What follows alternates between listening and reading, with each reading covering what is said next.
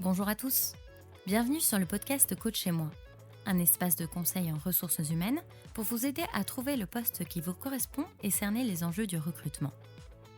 E-réputation, soft skills, stratégie de recherche, handicap et emploi, reconversion professionnelle, retrouvez toutes ces thématiques et bien d'autres sur Coach chez moi. Je suis Camille, votre hôte sur ce podcast. J'évolue chez LHH Recruitment Solutions, cabinet de recrutement et accompagnement d'experts, de cadres et de dirigeants. Parce que chez LHH Recruitment Solutions, nous savons que le monde du travail change rapidement, nous vous livrons dans ce podcast les conseils pour vous aider à construire la vie professionnelle qui vous ressemble, et ce tout au long de votre carrière. Vous êtes prêts pour entrer dans le monde des RH ? C'est parti. Aujourd'hui, au programme dans Coach chez moi, un nouveau sujet et pas des moindres puisqu'il s'agit du curriculum vitae, autrement appelé CV. À l'issue de cet épisode, et grâce aux éclairages de nos experts, vous saurez comment susciter l'attention du recruteur, mais aussi quels sont les éléments structurants du CV, les indispensables à y faire apparaître, et enfin les petits plus des CV qui marchent. Notre mission aujourd'hui, vous donner les clés pour réaliser le CV efficace, celui qui va attirer l'attention du recruteur parmi la multitude de CV reçus et vous permettre de décrocher des entretiens. Pour cela, il doit être clair, synthétique, visuellement attirant et représentatif de vos expériences. Rien que ça. Pas de panique, on vous explique comment réaliser le CV qui fera la différence.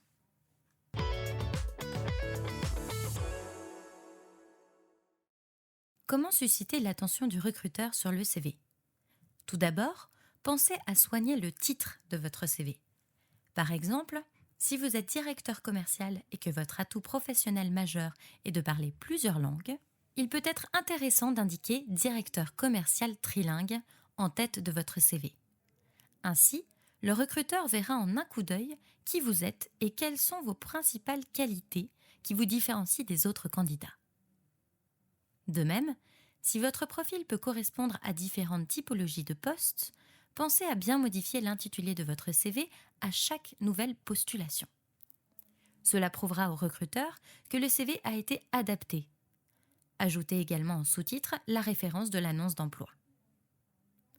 Autre élément important, particulièrement sur les postes cadres ou ceux sur lesquels la concurrence est forte, ajoutez une accroche en dessous du titre de votre CV ou dans un encart sur le côté.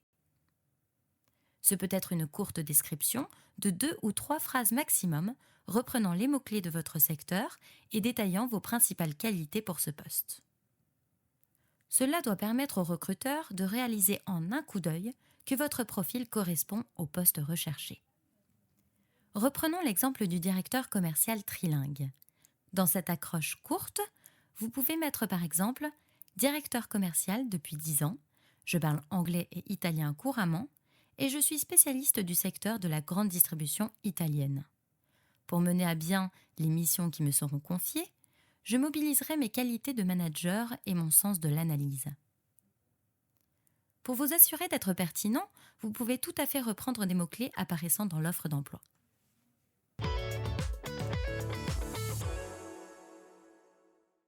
La structure du CV et ses indispensables. Il doit comprendre quelques informations essentielles pour que vous puissiez être facilement identifié par le recruteur, à commencer par vos coordonnées.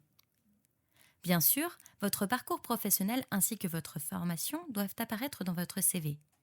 L'idéal étant non pas d'être exhaustif, mais de détailler simplement quelques réalisations que vous adapterez en fonction de l'annonce d'emploi. Il est important ici d'attirer l'attention du recruteur sur certains points qui doivent faire écho à ses besoins pour lui donner envie de vous rencontrer. Pour cela, allez à l'essentiel. Vous aurez l'occasion de développer lors de l'entretien. Mieux vaut privilégier la qualité à la quantité. Veillez à votre orthographe, cela peut être rédhibitoire si elle n'est pas soignée. Favorisez les verbes d'action, les éléments chiffrés et les mots-clés de votre secteur qui prouveront votre maîtrise des codes du métier.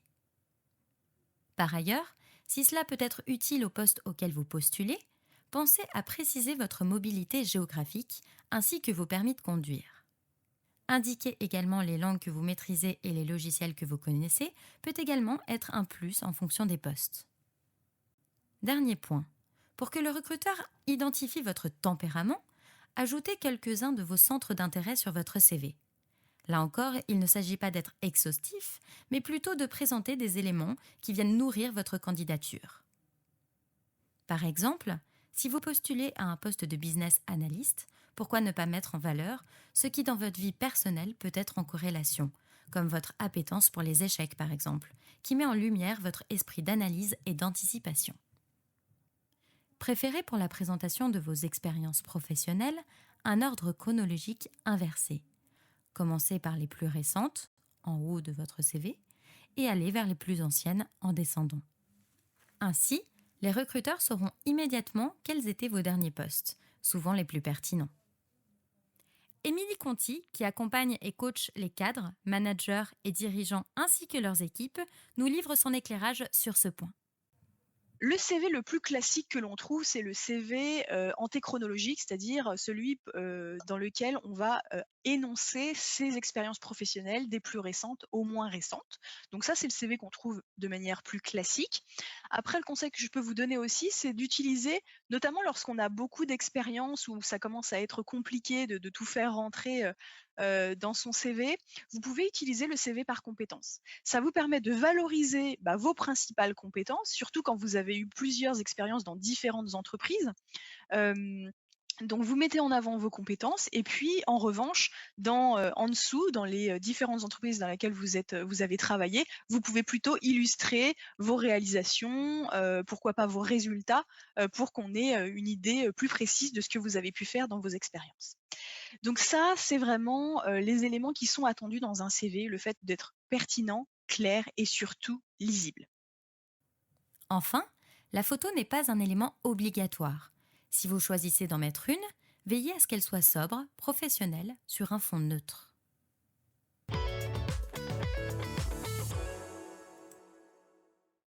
Quid du CV international ? L'enjeu du CV international est de convaincre non seulement de la pertinence de votre profil, mais également de l'intérêt pour l'entreprise de recruter une personne étrangère. Pour cela, mettez en avant votre intérêt pour le pays de vos rêves dans votre CV international. Mentionnez par exemple vos séjours, y compris vos vacances. Peut-être avez-vous même créé un blog lors de votre séjour linguistique. N'hésitez pas à l'indiquer. De même, si vous avez servi de parrain à un étudiant du pays pendant vos études par exemple.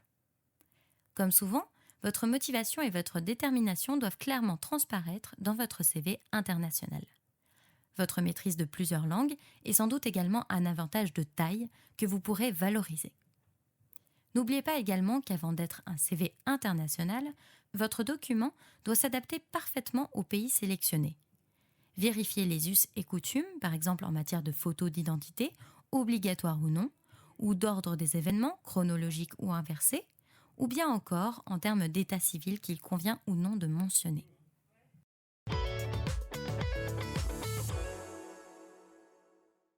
Le plus des CV qui marchent. Reliez vos compétences avec vos expériences professionnelles. Cela permettra de les illustrer et donc d'en faire la preuve. Favorisez la lisibilité du CV. Le recruteur doit pouvoir rapidement trouver les éléments dont il a besoin, notamment vos informations de contact. Préférez des phrases courtes, agrémentées de mots-clés. Décrivez vos tâches sous la forme de bullet points. Soyez précis afin de décrire votre niveau en langue ou dans tel ou tel logiciel ou technique. Préférez les annotations officielles, telles que le TOEIC ou le TOEFL pour les langues, plutôt qu'une annotation subjective formulée avec des étoiles. Adaptez le CV. De la même façon que vous faites correspondre votre lettre de motivation à l'offre à laquelle vous postulez, mettez à jour votre CV en fonction du poste et de la structure. Testez votre CV auprès de votre entourage. Est-il clair pour quelqu'un qui n'a pas connu toutes vos expériences ? Est-il assez simple et synthétique ? Soignez la forme. Entre deux CV au contenu presque équivalent, ce qui fera la différence, c'est le soin porté à la mise en page. Vous cherchez un poste dans le marketing ou la communication ? Ce conseil sera d'autant plus important à mettre en place puisqu'il s'agit d'un élément qui sera attendu lorsque vous serez en poste.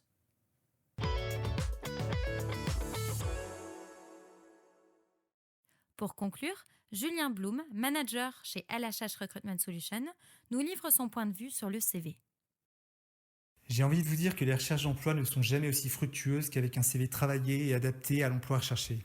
Étant parcouru en quelques secondes par le recruteur, il doit tout de suite valoriser des expériences en cohérence avec l'emploi recherché. Faites attention à la mise en page qui doit être cohérente. Je conseille de présenter ces expériences toujours sous le même format. Date, poste occupé et nom d'entreprise par exemple. Et d'étoffer plus particulièrement la description des précédents emplois occupés. Si vous deviez donc ne retenir que 3 choses sur le CV, ce serait honnêteté, clarté et adaptation. Honnêteté, car vous devez être en mesure de justifier et argumenter chaque élément présent dans votre CV. Clarté, pour attirer immédiatement l'œil du recruteur et être facilement lisible. Et enfin, adaptation, car il est essentiel que votre CV soit pertinent par rapport à l'offre à laquelle vous allez postuler. Rendez-vous dans nos bureaux pour bénéficier de conseils adaptés à votre situation professionnelle et à vos ambitions. Notez également qu'aujourd'hui, de plus en plus de recrutements se font désormais sans CV, mais plutôt sur la base de tests, de mise en situation ou d'exercices pratiques. Un autre moyen d'apprendre à vous connaître est de découvrir à la fois vos compétences dures et vos soft skills. Retrouvez d'ailleurs sur ce sujet nos 2 podcasts, Soft Skills partie 1, un levier de réussite lors de la recherche d'emploi, et Soft Skills partie 2, se préparer à leur évaluation en entretien. Merci à tous pour votre écoute. Nous espérons que ce contenu vous a plu. N'hésitez pas à partager ce podcast à votre entourage et à nous faire parvenir vos commentaires, ressentis et expériences sur le sujet sur nos réseaux sociaux. Rendez-vous sur le site de LHH pour découvrir plus de conseils et les clés pour vous épanouir dans un monde du travail en perpétuel changement et trouver votre prochain défi professionnel. À bientôt!